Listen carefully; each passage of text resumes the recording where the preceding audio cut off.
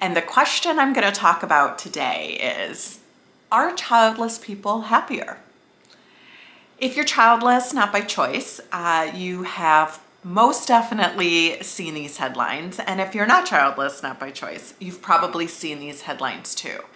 And I want to talk a little bit about this because I think depending on what stage of grief you're in or kind of what season of life you're in, at times reading a headline like this can feel a little preposterous, right? Because the grief of being childless, not by choice, can be so overwhelming and difficult. So I have some notes here. So if I'm looking down, it's just because I want to make sure that I get everything that I want to say in this video.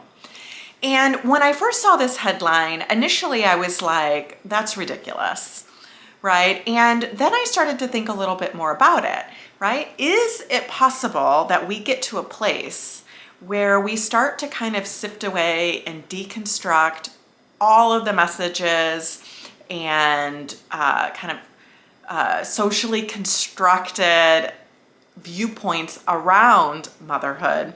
Do we get to a point where we're able to kind of strip all that away or see past all of that and get to a place where then we can assess our life for what it is versus what it's not?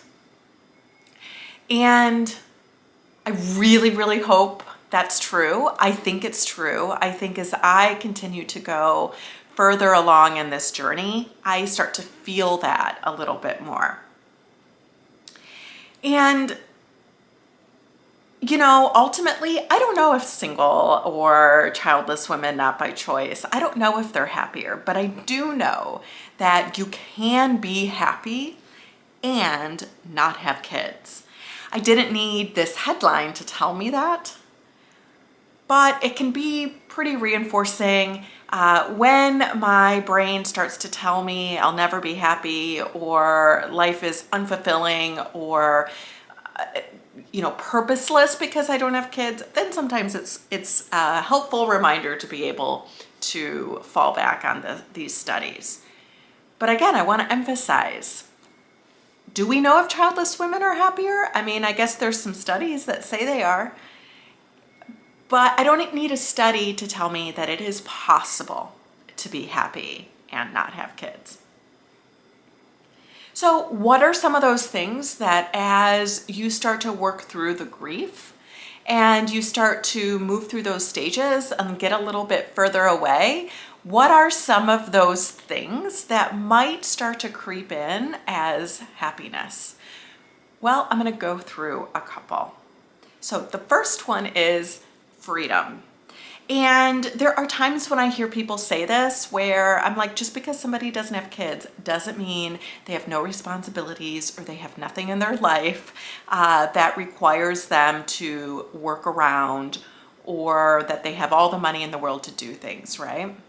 And I think what people mean by this is that sometimes there's the ability for maybe a little bit more spontaneity. Sometimes you have the ability to think a little bit more outside the box.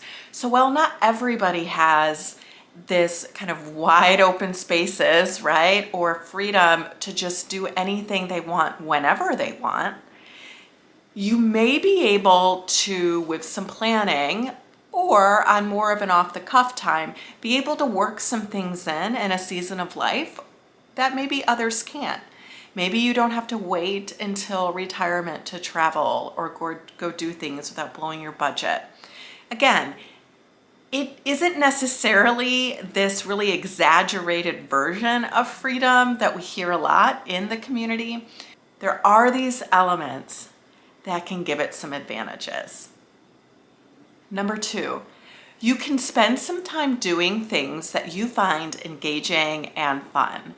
It doesn't mean that you can't do that if you have kids. And I think we do hear a lot about, particularly for moms, their time isn't their own. Their life gets kind of wrapped up into their kids' hobbies and their kids' schedules because that sounds ridiculous the way all of these things are scheduled out now. And so I'm glad I don't have to do that. Obviously, there are times when that makes me sad that I'm not watching my kid play a sport or able to engage in some activity with a kid. But it also allows me to be able to maybe try new things or expand my own hobbies. Again, maybe it just means that the time frame is just sped up a little bit. I don't have to wait till my kids get older because I don't have any. Number 3, going through the grief of childlessness is brutal. There's no roadmap for it. There's not a lot of media or people out there that we see living a life that really balances that grief with feeling happy the way things turned out. And if you spend some time in the childless community, you will see that, right? But that's just not what gets put forward. Part of going through grief, though, is a lot of introspection. Sometimes it's therapy, and it really forces the issue to think a little bit outside the box, to think about, what do I value? I always thought I valued being a mom or being a partner or experiencing family within this context of this very narrow window of 2 parents and kids. And so when you realize that's not going to be your life, it really forces you to start to re-examine, well, what do I value? What do I want in my life? Maybe family is more than that. Maybe partnership is more than that. Maybe love is more than that. So it really forces you to start to think outside the box and think a little bit differently about your values, what's important to you, how you want to spend your time. And by going through this, sometimes we can get to know ourselves a little bit better. And then we start to feel more confident about who we are, what we're doing. And I think this can come after a lot of work. Like, this isn't something that will automatically happen. You have to put the effort in to do that. And feeling like you have the means or feeling like you have like the stamina to go through that, I do think takes some time. However, when you feel confident about yourself, when you feel like you know who you are, when you feel like you've really examined what you want, what your values are, and you understand that you may not always get what you want in your life, no matter how hard you try or how good of a person you are, sometimes that gives you the foundation to really start to set boundaries a bit better with those people around you. It may help you really understand what you're looking for in friendships or partnerships. And so then you know what you want to go out and seek and what you want to go out and get. It may also help you understand what type of person you want to be. All of those things, I can absolutely see how that would lead to someone feeling happier or more content or more sure of themselves. So, the grief is brutal and the grief is really hard, but sometimes part of going through that is really being able to examine who you are and what you want and how you want to show up in the world.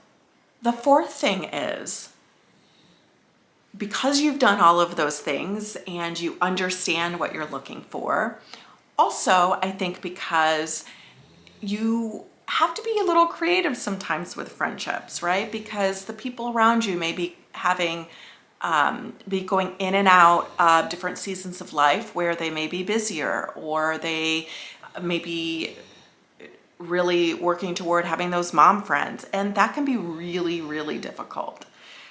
And it can feel rejecting and it can feel othering, and it's part of the grief process. The other thing that it can sometimes force us to do is really expand and grow our friendship circles. Because we have an expanded support network and an expanded friendship circle, when we start to get older, we have these things in place, right? We're not having to start creating these things when it's very difficult. People might start moving away, traveling more. What that means is when you get older, you have a larger pool of people to help support you through. And I think that can be really important. You know, there are people that you talk to that find sort of aging, getting older, maybe retiring, lonely, difficult to adjust to.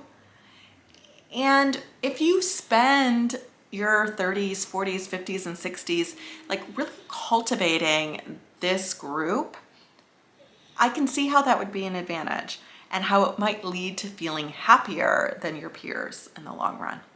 So the other thing that might help, the fifth thing that might help people feel happier when they're childless, is it gives you the freedom to be able to make the decisions you want. You get to spend your money how you'd like. You get to live where you want. You can leave the dishes in the sink if you want. You can eat out if you want. Like, there's not sort of this framework that you have to really fit yourself in. Obviously, there are routines and habits that are healthy that you want to make sure that you're doing. But the ability to be spontaneous, that ability to be flexible, that ability to adjust, those are things that I could see, right, that it would make maybe somebody happier in the long run. If you want to spend too much money on a haircut, or you want to spend too much money on a fancy shampoo and conditioner, you get to do that. And it's not going to have this earth-shattering consequence to it. There won't be a big nuclear fight around it. You're not going to feel like, oh, my kid needs this. I really shouldn't be spending money on this.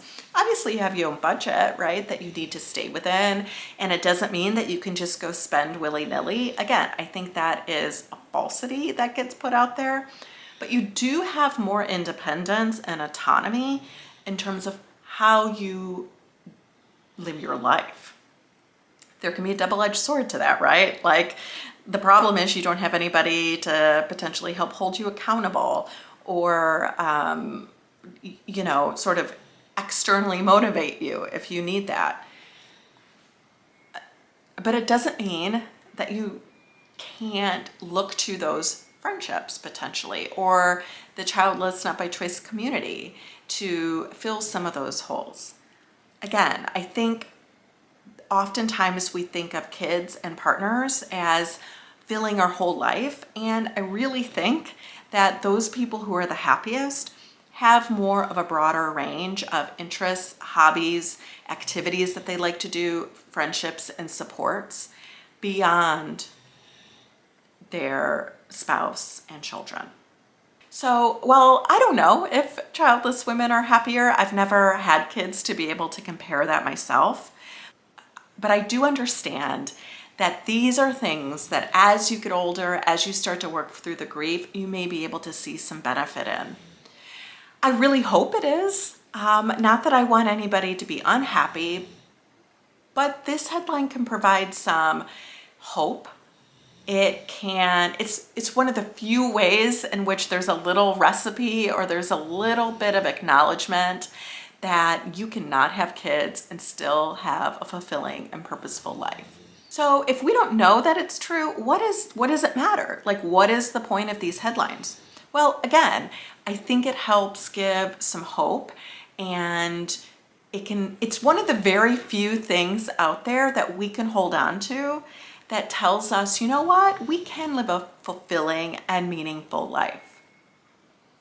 You know, with all of the caricatures and the way single and childless women or childless women are portrayed, let us have this, because we're surrounded by comments, media, news stories, politicians, all saying things about how pathetic and selfish and lonely our life is going to be.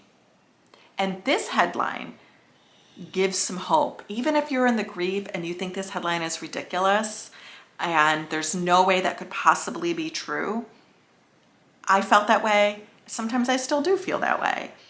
But hang on to it, because I just gave some examples about while those things might really suck now, in the future, as life starts to evolve and you start to go through different stages of life, those things that feel really othering now might be the very things that help you feel more connected in the future.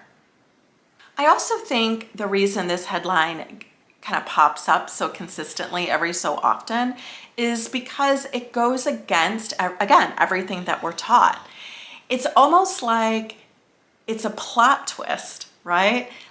You know, we're really subjected to the narrative that you graduate high school, you go to college, you find a partner, you get married, you have kids, you start a career, you go on vacations, you travel. It's really this narrative that we get fed. And the fact that this headline is sort of like the bombshell drop, I think freaks people out a little bit, right? And because it's the antithesis of what we've all grown up believing and being told, I think it's why this headline pops up. And I think that's ultimately the takeaway. Not that one group is happier than another group, but that we've been lied to. And that a lot of the fear and worry and anxiety that we have related to childlessness in the long term is based on lies. Based on a society that needs people to have children. So it is out there really emphasizing that, hey, if you choose not to, you're not going to have a great life. And so that's a lie. And I want you to internalize that. Internalize and start to deconstruct that you can be single, you can be childless, and you can have a happy life.